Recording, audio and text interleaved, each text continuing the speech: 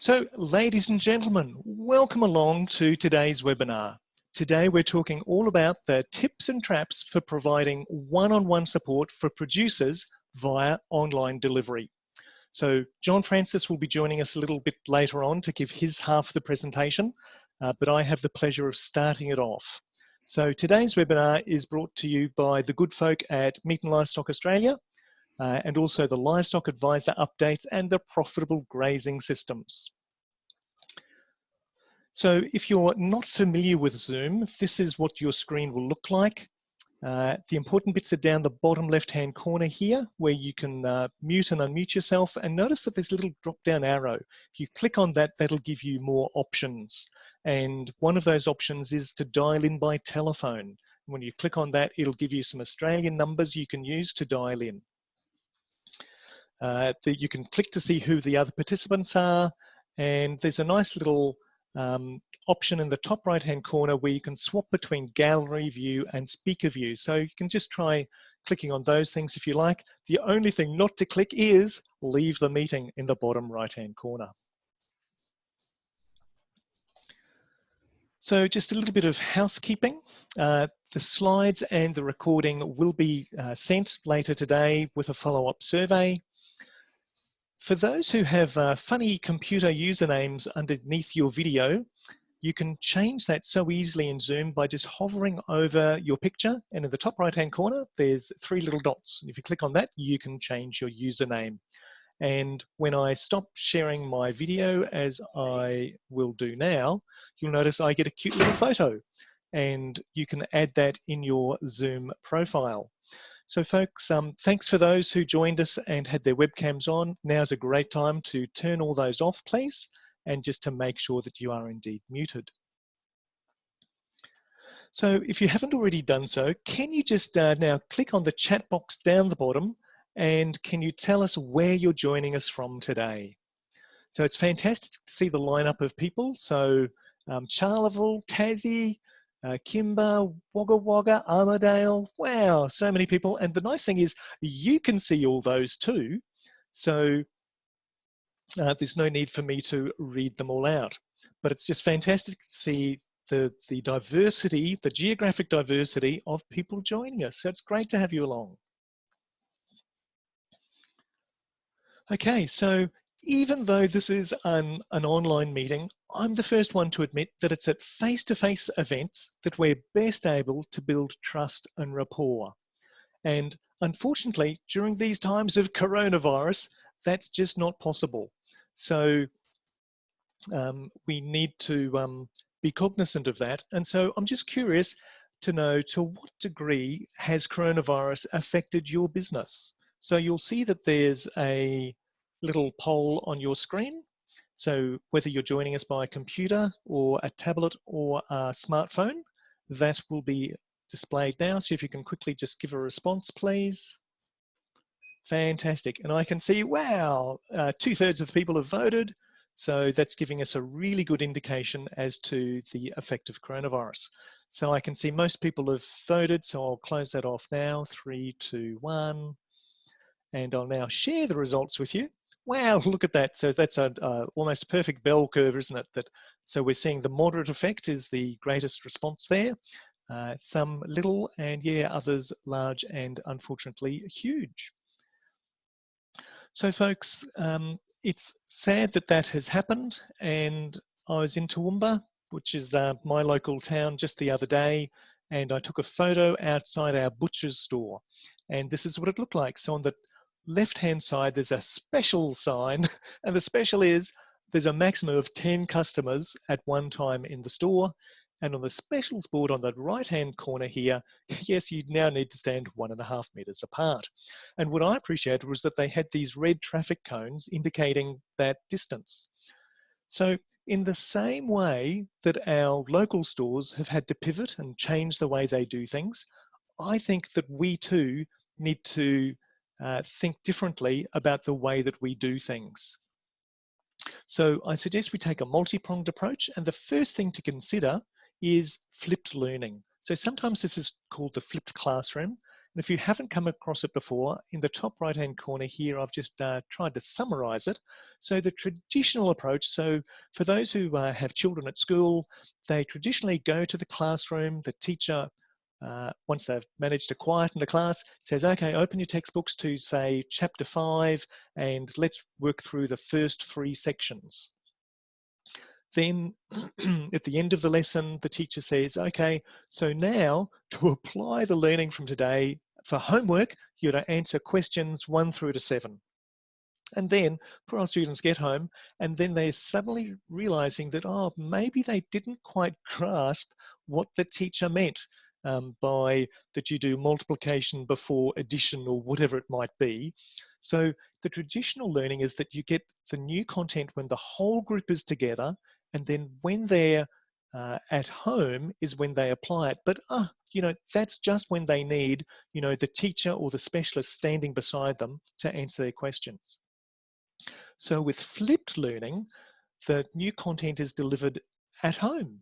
So the students might be told the night before, okay, you read chapter 5, the first 3 sections, and we're going to discuss that in class tomorrow. So the students can read through it, they can do that at their own pace and keep going over it till they understand it. So then the next day when they're in the classroom, they're able to then do those questions and have the teacher nearby so that they can then clarify any of those aspects that they're uncertain about.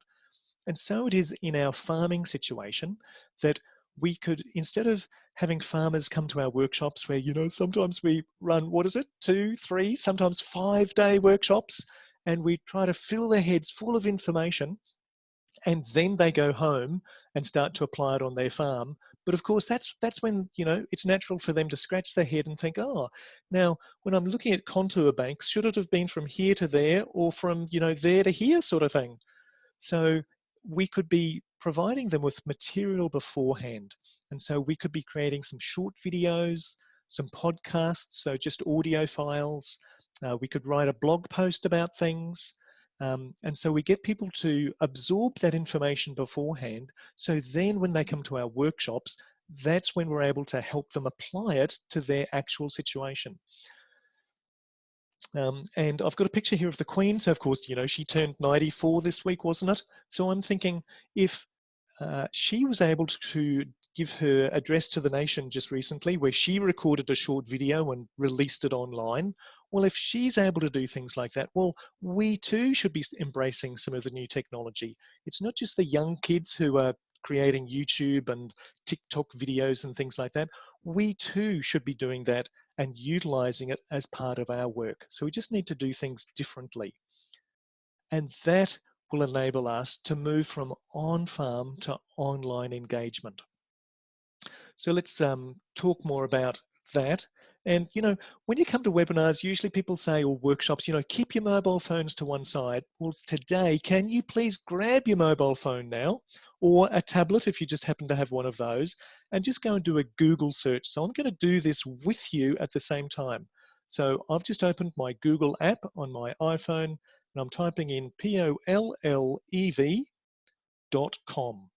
It's not hard to do. Come on, folks, just a few letters there, and then you type search, and voila, up comes a screen just like this.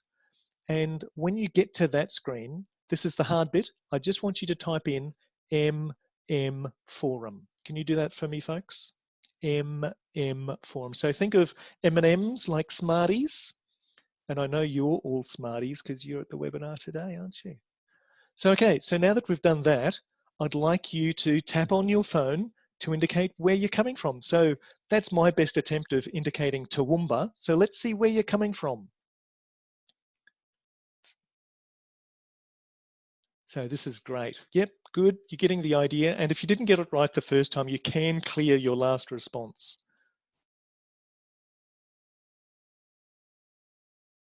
Brilliant. Okay, so isn't this nice? It gives me now a much better understanding of where the audience is coming from. So I've done it in 2 ways. I asked you in the chat box to type it in.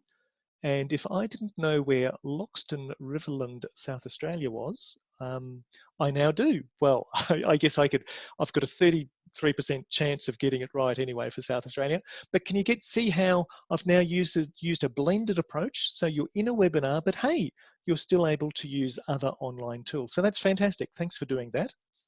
So in the next few minutes, I'm going to talk about the benefits of webinars, and then I'm going to talk all about equipment and software options, because I know that that's often the most asked questions, and then I'll give some tips for running a successful web meeting. Now, since you've gone to all the effort of opening the poll everywhere, now don't do it yet, just wait.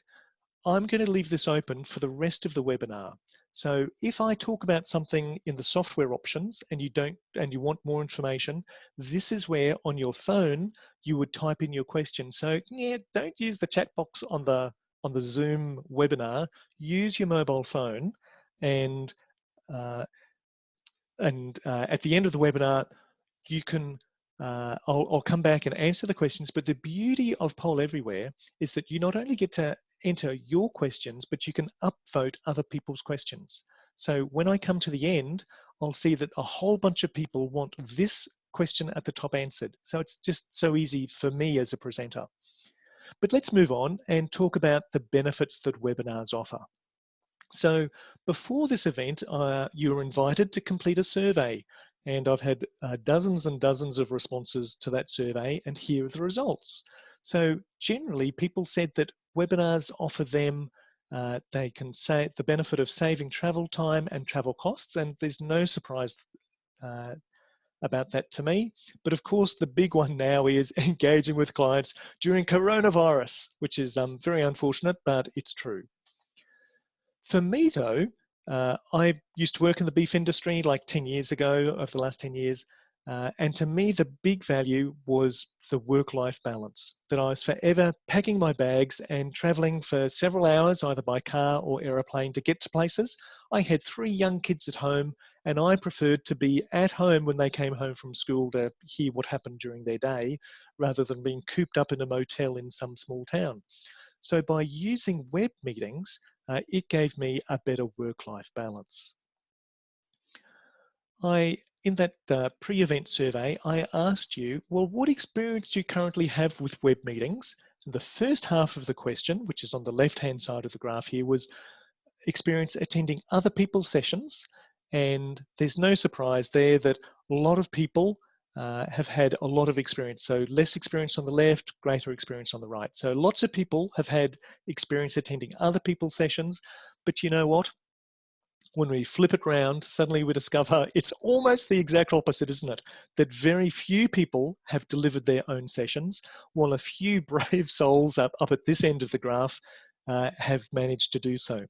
So based on that information, I've been able to pitch this webinar more down this end of the graph, but I will be including some tips and tricks that even seasoned professionals, I hope, will find useful.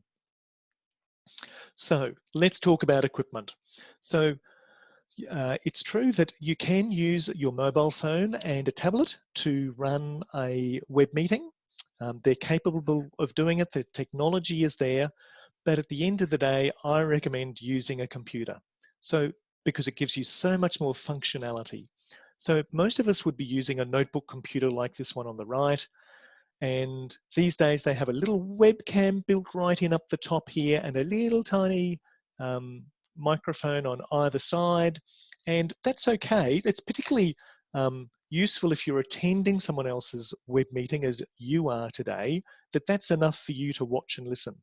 But folks, if you're wanting to deliver web meetings, you need to up the ante and improve some of the equipment that you have. So the first thing you need to do is get a headset. So you can just buy a $10 one like this from Officeworks. You can use the earbuds from your smartphone, or you can use this one. So this is what I have on today, a Sennheiser. And what I like about it is that it's got active noise cancellation. So it just cuts out some of the background noise in my room here today. And it plugs into the computer with a USB plug. Now you might think this is old-fashioned, but it actually works better than a wireless headset. And the reason is that a wireless headset, has to listen to your audio. It then busily converts that into data signals that then get sent to your computer. The computer then has to decipher those signals back to the audio and then send it across to Zoom for you folk to then listen. So it just means that there's a small lag in the audio. So that gets frustrating for listeners on web meetings because you can get that disconnect between the mouth moving and the audio being heard. So that's the first thing that you need to consider doing. The next bit of kit that you need is a webcam. Okay, there's one built into most laptops, but they're minimal, shall we say, that they don't give good resolution. They're not very good in darker environments, whereas a separate webcam like this Logitech just gives you that extra presentation prowess. So this is the one that I have, the Logitech HD Pro.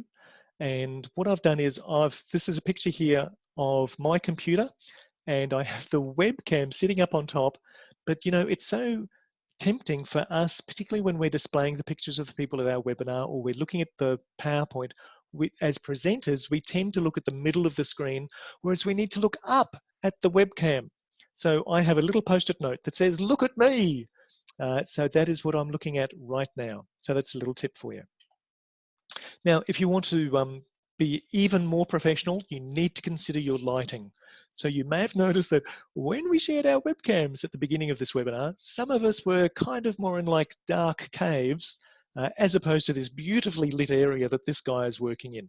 So if we were like him, we'd have no problems with the lighting for the web meetings that we deliver. However, most of us are like the lady in the top right-hand corner here, where it's just a bit dim, and so the participants would struggle to see her face if she were presenting at a web meeting. So you can get these little lights. So the one in the picture here is the Lume Cube, and there's its name there, Lume Cube. But you can just buy a $5 selfie LED ring. And in fact, that's what I have on my monitor at the moment, the $5 cheapy version. Now, if you want to go absolutely top-notch, you'd be familiar with Zoom, hopefully, having a virtual background. And if you're not familiar with it, if you just click on the little drop-down arrow next to your video icon, you'll see that one of the options there is to choose virtual background. Now, often that will work if you have a nice, plain, well-lit wall behind you. But if, say, you're working and there's a bright window behind you, and there's also a dark bookcase, and the wall is then painted a different color, Zoom will struggle to differentiate between your outline and where it should be putting the outline of the virtual background. So to get around that, you can buy this green screen from an electronics store. So I got mine from JB Hi-Fi for $250. And what I love is it goes back into this little canister at the bottom here. So you just have to pull it up for each web meeting, and then you just pop it away, and it's just so easy and convenient to use.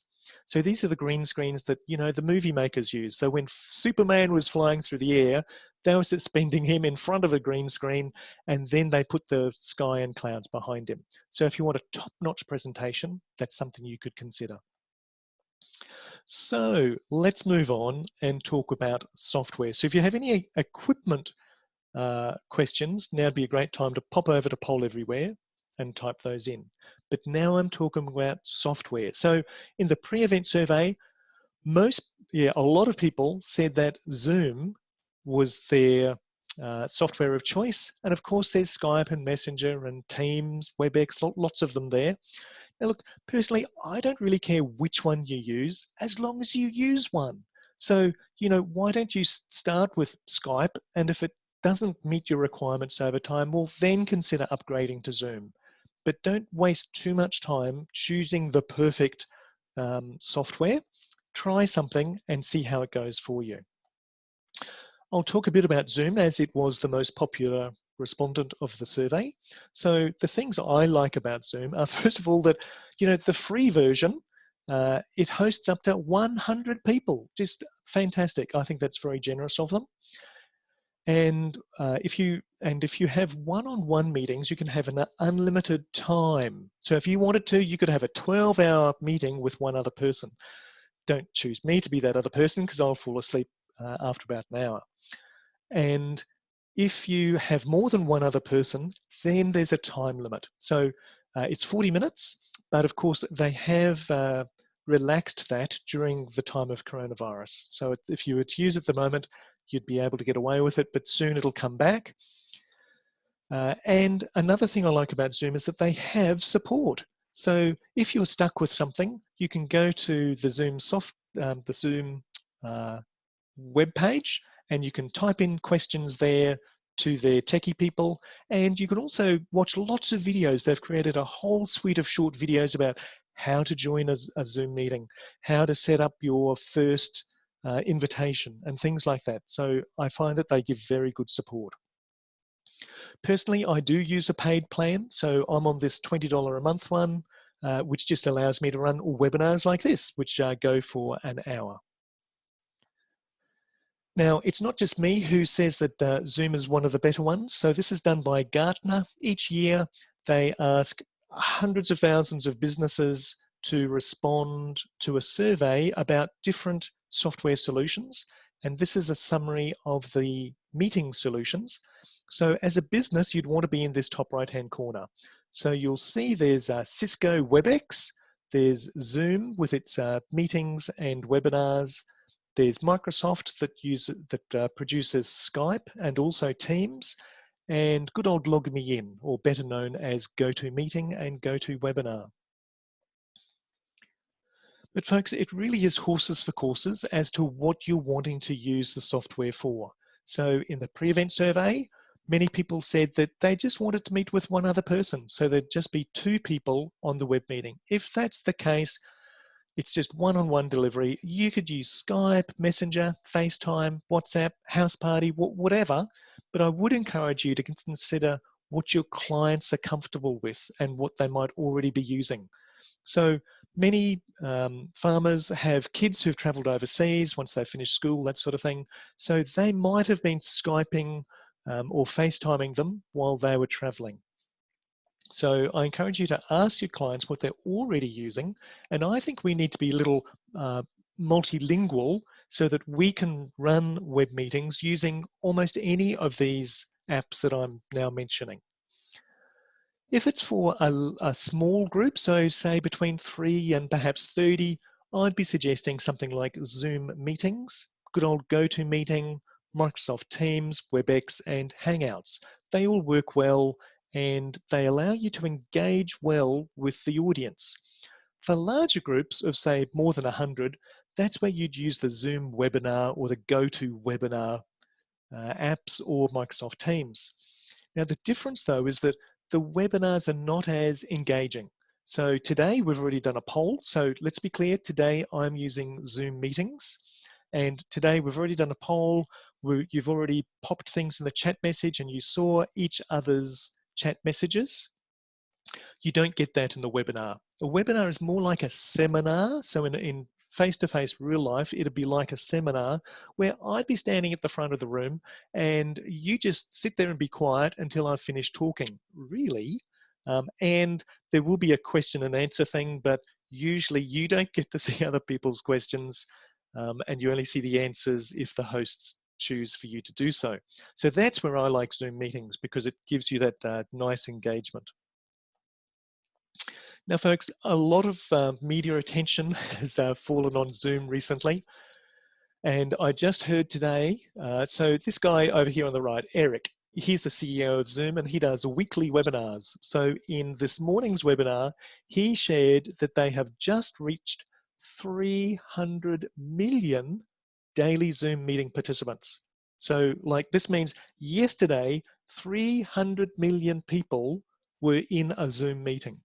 Now, doesn't that just blow your mind? While Zoom has received a lot of criticism about security, I would like to give accolades to them for how quickly they have responded to those security concerns. And like, they used to be a business that, you know, most people just use the free Zoom software. There weren't a lot of paid accounts, whereas now, oh, there's a lot more. And people do expect more. So some of the things they've done are they've now made it mandatory for meeting passwords, whereas before they They offered people convenience. So you didn't have to have a password if you didn't want one. The default was no password. The default was your meeting ID number would be a standard 9-digit number, whereas now it's a randomly generated 12-digit number. So it was convenient before, now it's secure. Before, you could have waiting rooms, but hey, I never attended a Zoom meeting before last week that actually had a waiting room. Whereas, hey, you experienced that today, and it's because it's now the default. And the other little security concern people have had is with the recordings. And that's because when you record a web meeting like I am today, I get the choice. I can store it in the Zoom cloud, or I can store that on my computer. So of course, I'm security conscious, so I always store it on my computer. So you'd have to hack into that to be able to access it. To me, anything that's in the cloud is, not really 100% secure. So again, it comes back to user choice. And finally, I'll mention Zoom bombing, and I'll come across to this slide here. So Hamish Blake, famous comedian here in Australia, what he did a few weeks ago was he reached out to all his followers on social media and said, hey, for a prank, why don't you tell me the Zoom meetings that you're going to attend, and tell me the login details, and I'll jump into the meeting and it'll be a surprise for everyone and I'll crack some jokes. So he did that. He then shared it on Instagram. It was then picked up by the media, who then said, oh, Zoom is so insecure that Hamish, a mere comedian, is breaking into people's Zoom meetings. This is terrible. Zoom, you've got really sloppy security. But folks, the reality is it was the attendees of the meeting who are handing out the keys. It's as if, so let's think, if you're in a building today and in a meeting room, if you were having a staff meeting and you went out to the footpath and handed out keys to people and said, hey, for a laugh, why don't you come in at 4:30 and, crack some jokes? That's what's happened here. People, you'd never do that. You'd never hand out the key to your building. So that's what the participants were doing. So to me, it's not really a Zoom thing. It's a human error, perhaps. But let's move on. So scheduling a meeting in Zoom is really easy. There's various ways of doing it. You can integrate to Outlook and to your web browsers. But what I like to do is I just go to the Zoom website, zoom.us, so Zoom Us, and you just click on your meetings, and to schedule a new meeting, I just have to type in the name for the topic, a description if you wish.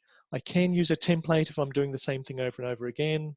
And you need to put in the date and time, of course. The duration is usually 1 hour, but you can change it. And don't fear, if you say 1 hour, it doesn't mean that the web meeting is going to cut off at 1 hour.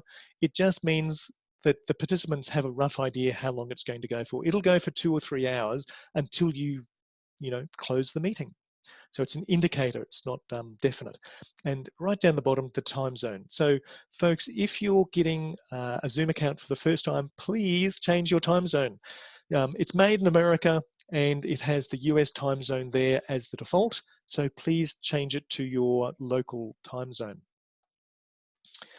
Now, when you finish that, you'll get a little pop-up box like the one on the left here, and it offers you to just copy that meeting invitation. What I like to do is I use either Outlook or Gmail, the Google Calendar, and what I do is I open a calendar meeting invitation, and I will type in a personal message. So I will say, hi, let's get together to talk about this, urgent and important topic about whatever it might be. Please use the login details below. Kind regards, John. And then I'll paste all the stuff from Zoom. And the beauty of that is, it's nice and personable. And when people accept it, you'll get to know how many people are going to be coming to your Zoom meeting. And they'll also get an automated reminder, 30 minutes or 15 minutes before the webinar starts. So that's how I like to do that. Now, a really great feature of Zoom is their breakout rooms. So I'll demonstrate that in a moment, but I'll just show you that as the host, when I click on it, I get a little pop-up box like this, and I can choose how long they go for and also how many people go in each room. And as the participant, you'll get a little pop-up that shows something like this, that you're joining a breakout room. So folks, it's a bit like teleportation.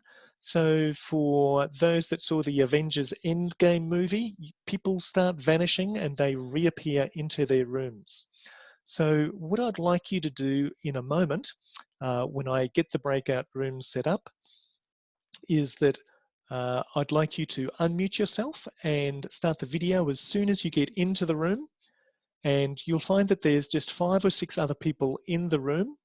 And I'm going to have the option that it only goes for 3 minutes. So look, this is a tantalizingly short demonstration for you.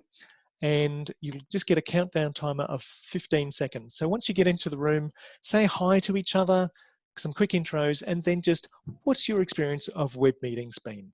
Okay, all the best. I'll see you soon. So you've got a little pop-up on your screen now, so click join. That's the way. Off you go.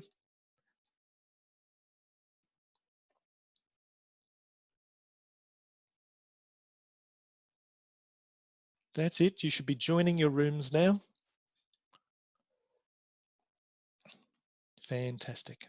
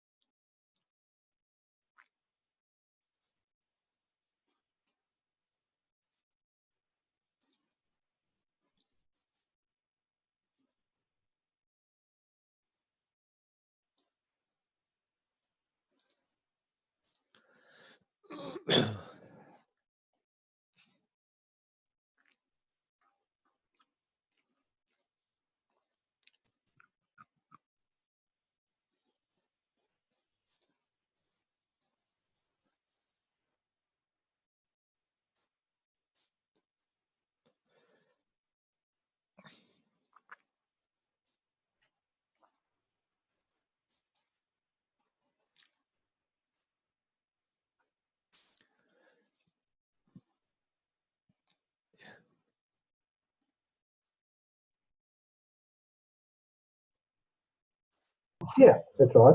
Yep. Yeah. Hey folks, it's John here. I've just jumped in to see how things are going. You don't have many in your room, do you? That didn't work so well. It's intimate. Yes. Yeah, that's good. John, did you make it that way, or that's just people just didn't come? If I'd have known it was you, Bruce, I would have. But no, that there should have been 5 people in this room. So I think some people have left their desk and they're grabbing a cup of coffee, or they've answered the telephone and they didn't see the pop-up to join the breakout room. But hey, I'm just showing you that I can join these breakout rooms. So in the same way, at a face-to-face workshop, I'd be walking around talking to each of the table groups. Well, I can do that here too. Isn't that brilliant? Yeah, it's fantastic. Probably even more effective than working in a room. Yeah. Anyway, I'll leave you to it now. Righto. Okay. Very good. All right. See you, Bruce. I guess we'll head back to.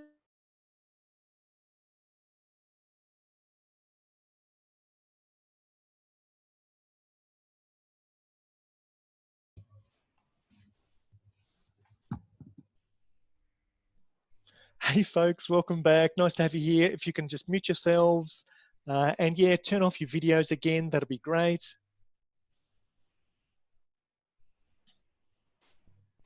So I'm curious to know, how was that experience for you? So I'll just make sure that my screen is being shared here.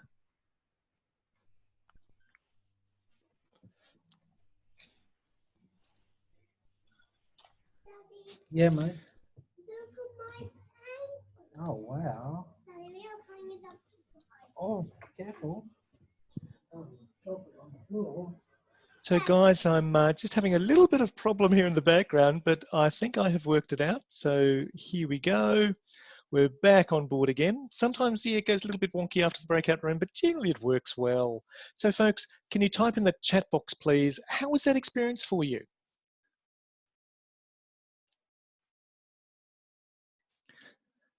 And I'll just mention that breakout rooms are only available in the Zoom meeting.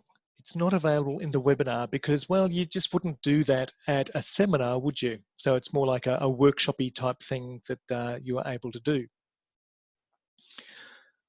Okay, so time is escaping. So I have demonstrated to you ways of successfully running web meetings. And in a nutshell, it comes back to a simple three-step process. So you need to prepare, practice, and present. So in the same way that for a face-to-face event, you would prepare. So if it were me and I was running a workshop at a venue I hadn't used before, I would go beforehand and just eyeball it to see what it's like. I would practice my presentation, and then of course I'd present. So in the same way, you need to do that online. I'll be sending you an email afterwards, and I'll give you a link to a short little video that I've made about top tips for effective webinars and also for successfully hosting your first webinar. But folks, I've now covered the material I was hoping to do. So at this stage, if you've got any more questions about what I've covered, I encourage you to pop it into Poll Everywhere. And I'm now going to hand across to John Francis. Terrific. Thank you very much. And I'm about to share my screen, which I will go through now. And if I press share, hopefully what you've got in front of you shortly is my presentation. And if I just get myself prepared here, I'll be ready to go. So thanks very much, John. That's some really insightful tips. And I know I myself have used some of those tips to assist me in my delivery. So thanks very much.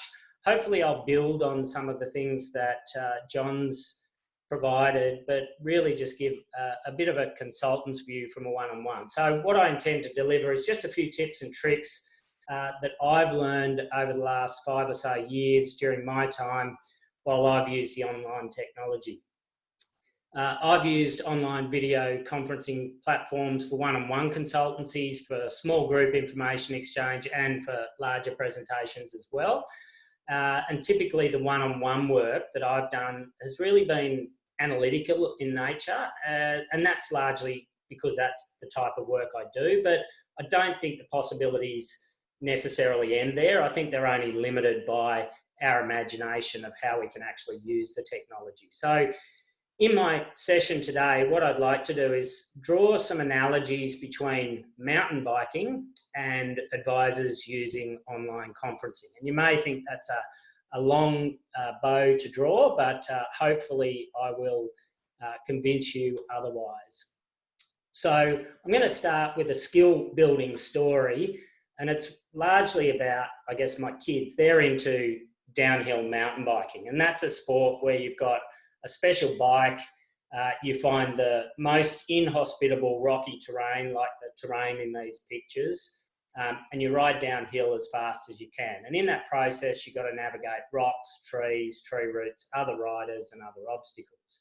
So what you're seeing in this screen is basically the type of terrain. And on the right-hand side, I've just shown you a close-up of what's zooming in on those trees. Now, the left bit is the beeline, so that's the easy path, and the right bit is called the coffin. So that's the A line, and that's the hard part. So I'm just going to give you a quick idea of the 2-day race process that the kids go through, because I want to draw on that to give you a bit of an idea of an analogy that I have. So the kids start with a 1-hour walk up the track. All the time they're sort of working out what their options could be. They're learning what lines to take, what rocks they've got to jump over, what rocks they should avoid, and where they need to roll over them. After they walk the track, then they ride the track. and they learn where the slow and fast lines are, and they keep going up and they ride it again and again and again. And then in that process, they start talking to people. They work out who the pros are and the expert riders, and they try and identify the things that they're doing that are giving them the edge. In that whole process, they're going to fall off a lot. They'll destroy parts of their bike. They'll have unforeseen mechanical failures.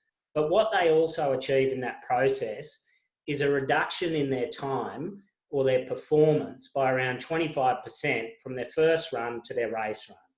Now that's skill development.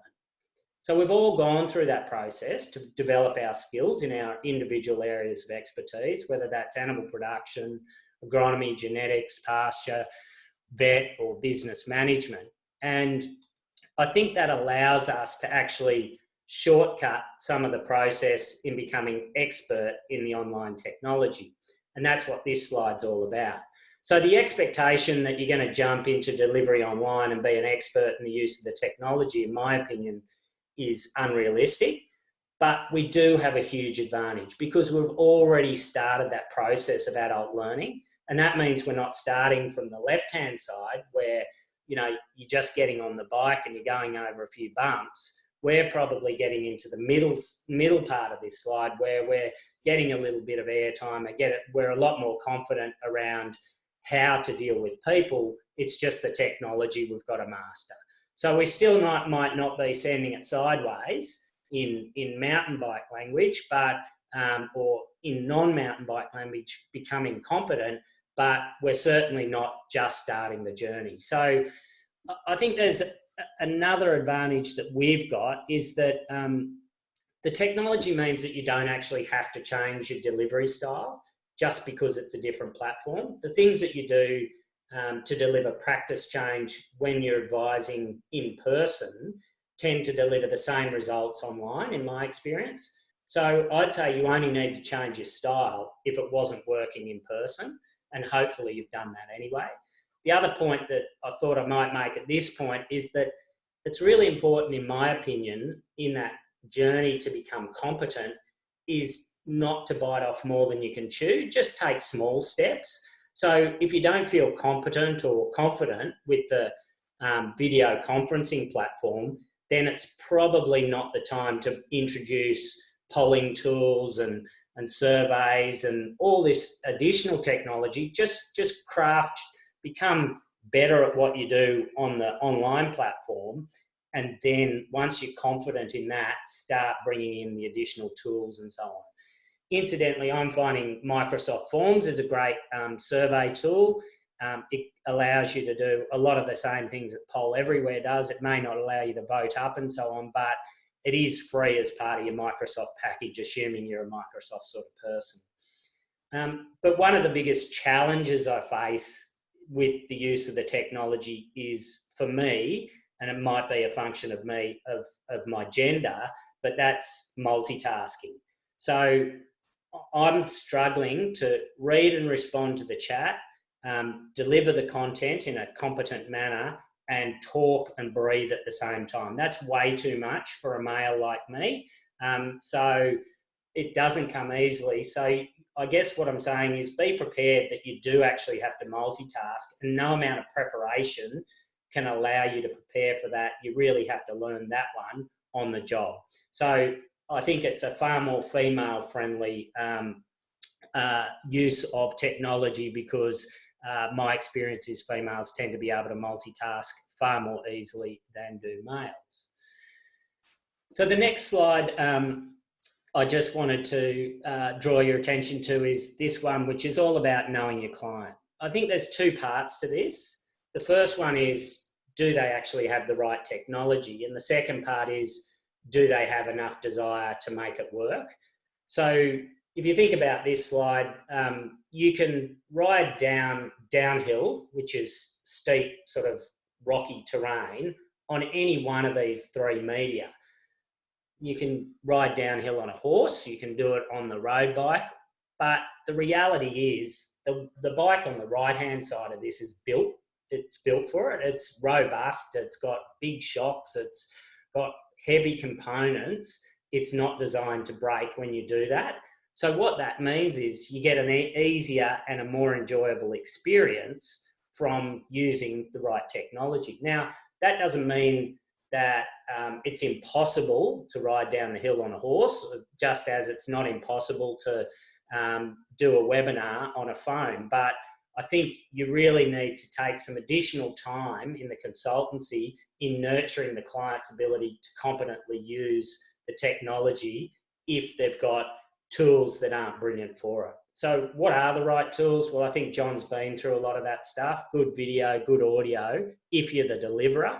And also, you know, it helps even for you as the deliverer if you can see your audience well. So if you can give them a few tips before you get in there, like John did today, I think it's useful.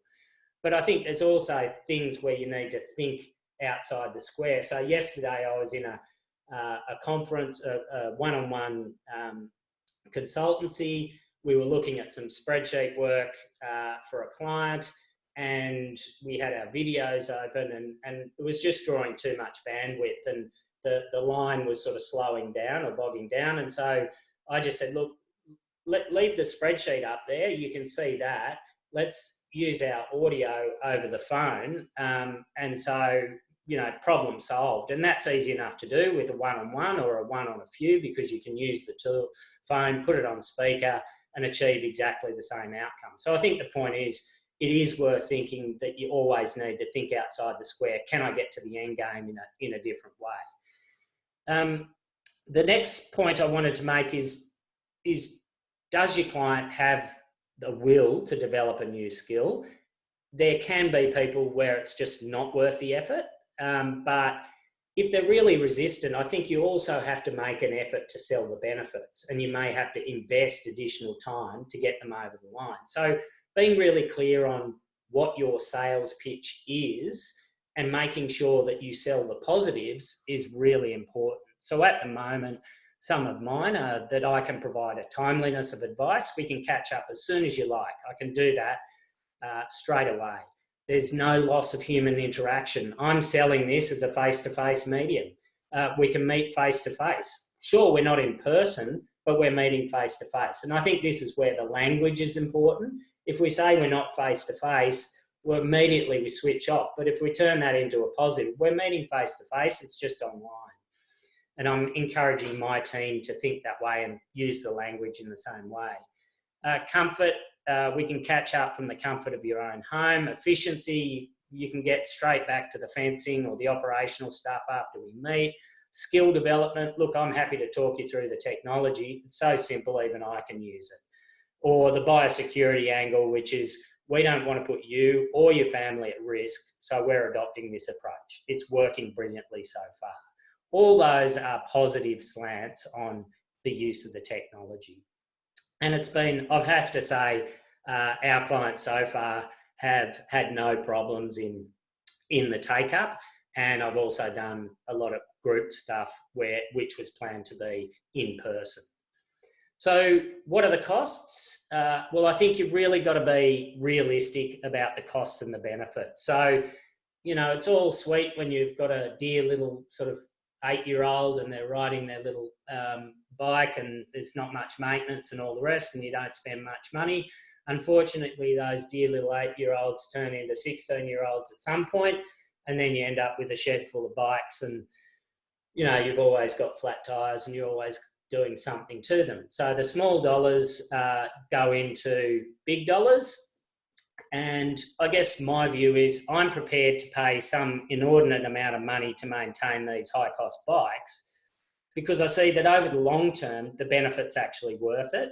And the benefit is in the kids doing something that's good for them rather than something on the right, which is not so good for them. And I can see, I am multitasking at the moment, so I can see your comments about what a rubbish beard VB is and so on. Thank you for contributing. That's always great, because I know at least you're listening, or at least you're looking at what I'm showing you. It's the same with the use of online video conferencing platforms though. So skill development comes at a cost, and usually that cost is at the cost of time.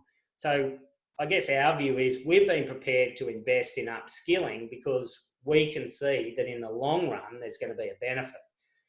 on top of the cost of your investment in knowing the platform, there's also the cost of the platform itself. And then you go on to the survey tools and the polling tools. They all add cost. But what I think has happened is Zoom has done a brilliant job at increasing competition in the market by offering that free service. So that has brought a bit of pressure on some of the others. But the other point I want to make is you've got to do your own research on what platforms are going to meet your need.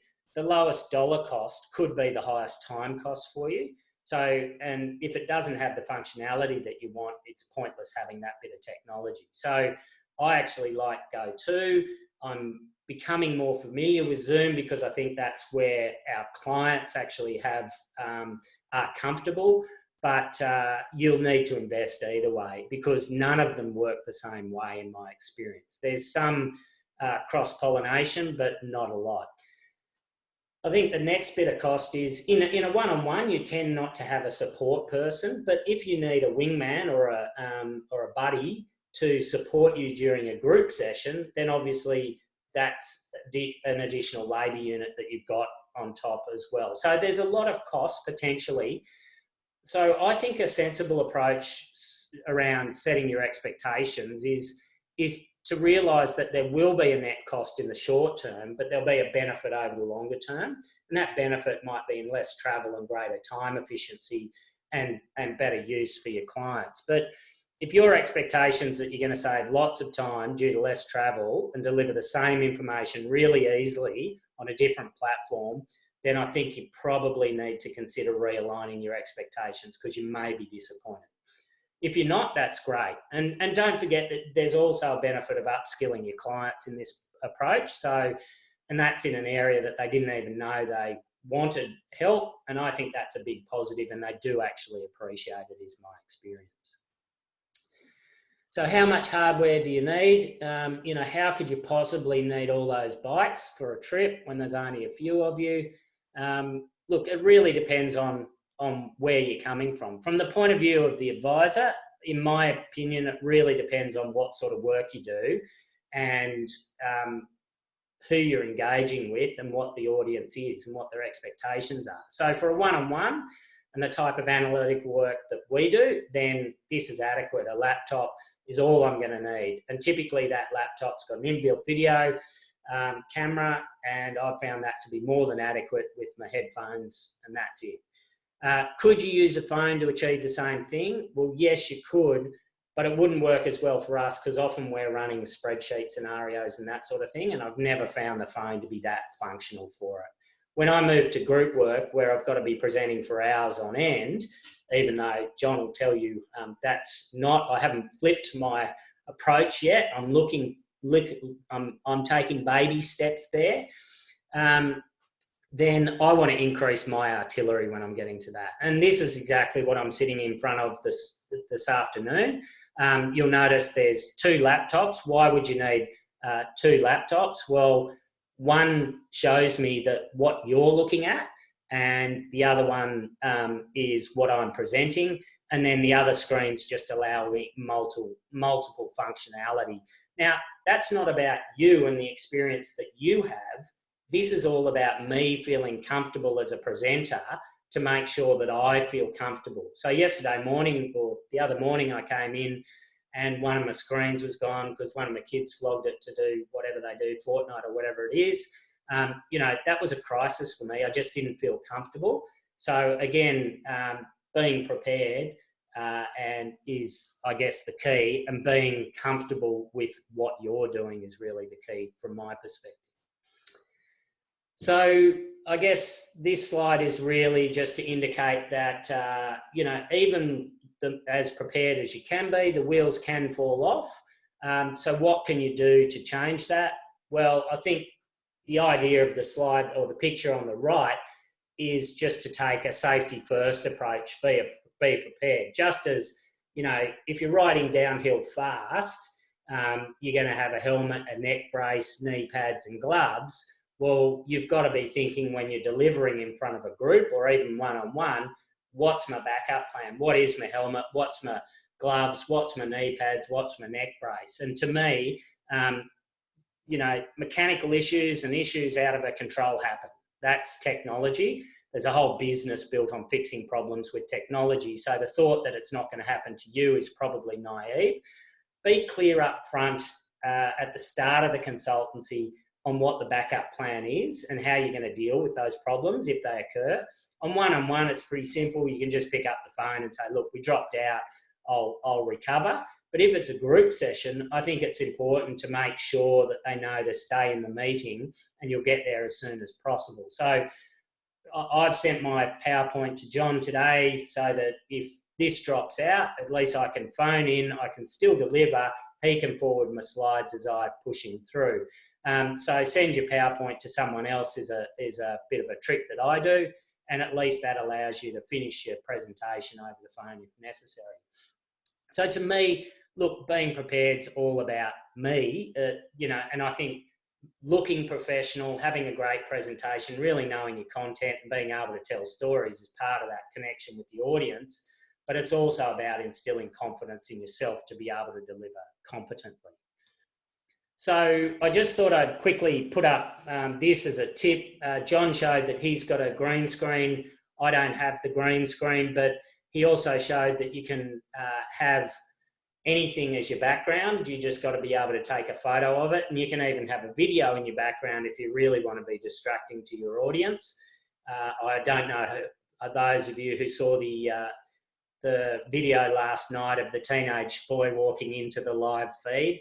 I got a bit of a chuckle because I thought that could be me with my kids, but there was a few expletives going left, right and centre, which won't be prevented as a result of having a background necessarily. But the point of this is really just to show you branding. This is a cheap trick that I do. It literally go to Word, I just cut it, I put a grey screen on, it suits me. It might not be a good colour for all sorts of reasons graphically. And then I just dump on over here, you can see my my logo, and then I do a screen snip of that, save it as a JPEG file, come over here to this little plus, add it, and then what you see on the right-hand side is basically what you get. So to me, that's just a quick and easy way of getting to the end game. I understand we're a little bit behind time, but I'll keep flying through. So someone asked, can I share my screen? And I noticed it's also a question on, so there was two parts to this. One is, can I share my screen as the presenter? And the other question was, can your audience share their screens? The answer to both of those is yes. And I'll just show you now the process that I go through to actually achieve that. So along your bottom of your screens, you'll see your little menu. I'm going to press New Share now, and I'm going to go to a spreadsheet, which I'm doing now, and then I'm going to share that with you. And so now what you see in front of you is just a simple spreadsheet. I'm showing you a spreadsheet because that's what we do. And I like to have my spreadsheets really in an interactive form. So what happens if my steers, if I bought them at $4 and sold them at $4, I make a gross margin of 532. So I have the cells highlighted that I want to focus, but it's really easy for me to change any of the variables to get, to get a result quickly and easily. And then I have all my workings down below that I can quickly show if necessary. And then I generally run another scenario next to that if I want to demonstrate a difference between one or other types of things. And then over on the right-hand side, I might have a sensitivity table, which is 3 colours, again, to demonstrate a point. Now, they don't need to go into the detail of that. It's really just to show you the functionality. The second question we were asked was, can you use a whiteboard? There is a built-in whiteboard in Zoom and other platforms. But the question was, well, can I use a whiteboard, but I want to type on it? And the way I would do that is actually to do this. And so I'm about to share my, which is really just a Word document. The key point is that you can use a Word document. You can use whatever you like, if you can spell. And so the key point of that is just me demonstrating that you can share anything, and you're only limited by, the way you use the technology. I'll go back to the presentation if I can share. And so now hopefully so very quick and easy to move between those when you know how. So a bit of practice helps with that in my experience. Quickly, I just thought I'd go with a bit about groups. I know there's others talking about groups in the future. Desiree's got another session on this, but I just thought, to me, it's really important in group settings that you get that social connection. Just as when you're going to a mountain bike race, all the kids love to sit down and gas bag and exchange ideas and tell you how fast and how big they've gone.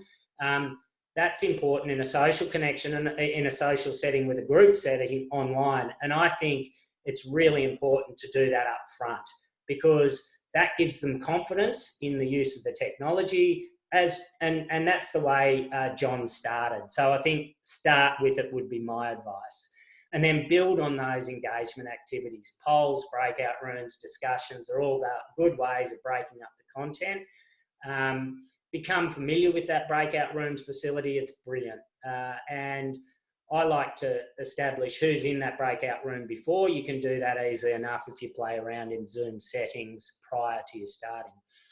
A word of warning when you're presenting en masse to groups. My experience is that you don't get those human visual cues to respond to. And they're those signs that allow you to know whether you're going okay or whether someone's asleep or whether you need to change the approach.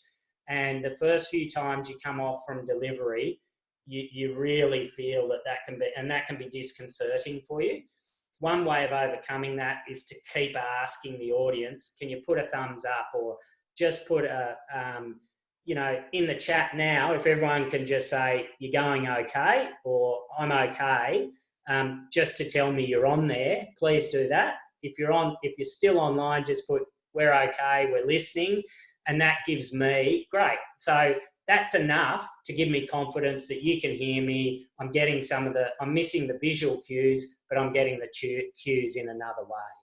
And I actually like people to interrupt me verbally, because I tend not to look at the chat the whole time. So I say, if you want to say something, take yourself off mute and interrupt me. Okay. So this is my final slide, which is really the key points to get you flying. First is invest in your skill development, but think that it's a long-term investment. You're not going to get that return over the short term. Know what puts you at ease and do it. Whatever it is about your delivery, become comfortable online. Know your client. Really, that's easy enough for a one-on-one. But if it's a new client one-on-one, and I've been doing a few of those recently, it can be a bit more of a challenge, but you've just got to do the same things that you would do in person, sell the benefits, be prepared, and finally be engaging. So I think I'll hand over to John at this time. Thanks very much for the opportunity to present, and I think we'll take a few questions. Is that right, John? Yes, that's right. And thanks, John. You've covered a lot of ground there. It was as if you were riding a mountain bike. So well done. Thank you for that. And I'll just start my video at this stage too. So folks, I'm just going to have a quick look at Poll Everywhere. So the most highly voted question is, well, what software is most widely adaptable? Folks, the answer is Zoom. From my humble opinion and my experience, Zoom just works. It just works across lots of different divides, and particularly if you've got poor bandwidth, it's really good at compressing data. John, would you care to answer the next one about getting producers to share their computer screen with you as their advisor? Yeah, sure. So yes, you can have a producer share their computer screen with you. Now, I've done this in GoTo, and you can actually take control of their computer as well. And we do this a bit with benchmarking inputs and those sorts of things. So probably, John, it's a question for you. Does Zoom have the same functionality? I assume it does, where you can control it from either end.